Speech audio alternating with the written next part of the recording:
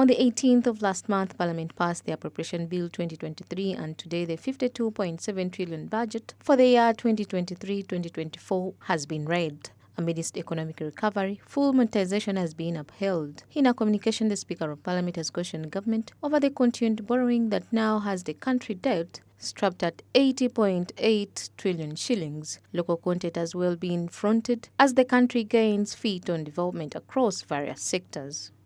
The increased domestic borrowing is amidst the increased public expenditure, which is a pressure to the economy. And as 11th Parliament, we want to request that we reduce on public borrowing.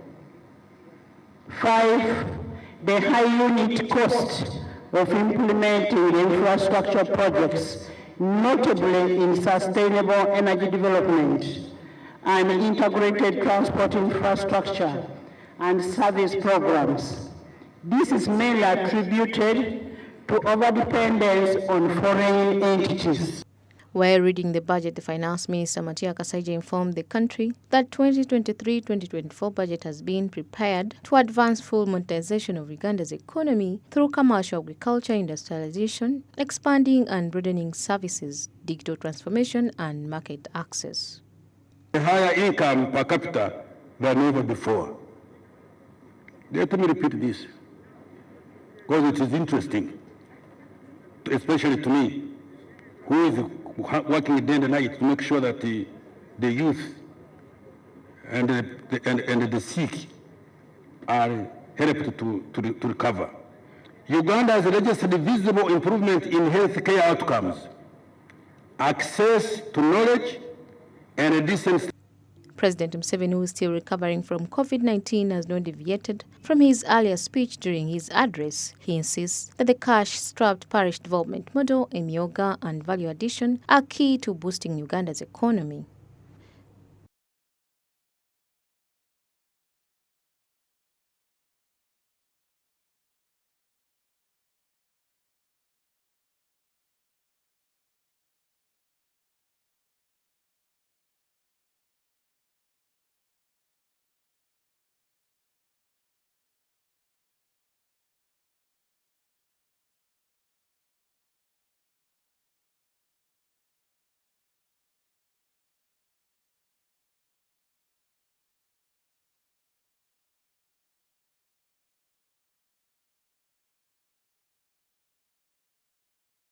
He further cautioned that government is borrowing appetite has to be checked as it eludes more from the country. According to the Finance Ministry, post-pandemic and Russia-Ukraine war recovery will set growth to 6% in the next 5 years.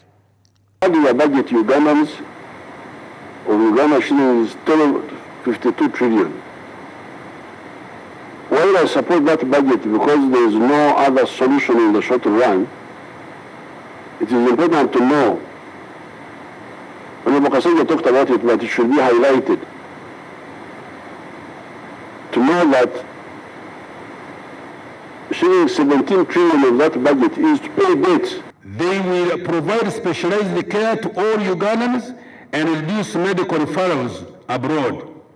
In addition, all existing health center 4s and health center 3s will be facilitated to offer quality health care to all Ugandans. In this respect, health worker supervision and management will be strengthened to reduce. The resource envelope for the financial year 2023-2024 is expected to come from domestic revenues of 29.7 trillion shillings, domestic borrowing of 3.2 trillion shillings, external financing, among others. According to legislators, the budget is only good as long as the Finance Ministry respects its implementations. With 29.7 trillion shillings sourced domestically and 3.2 from external borrowing, government is expected to tackle corruption that has largely affected progress. Actually, you've heard clearly from the President, we have up to about 35 trillion shillings that is available for us for our recurrent and development expenditure. So we need discipline in those resources. We need to ensure that corruption is minimized to the best of our ability to ensure that those resources are put into good use. Program-based budget of 52.7 trillion shillings has mainly focused on increasing household income of the 39% of Ugandans who are still living in adverse poverty. 17 trillion shillings from this budget has to finance the budget. That is why government has decided to reduce public expenditure. Samula Hanifah, Smart 24 TV, Business Today.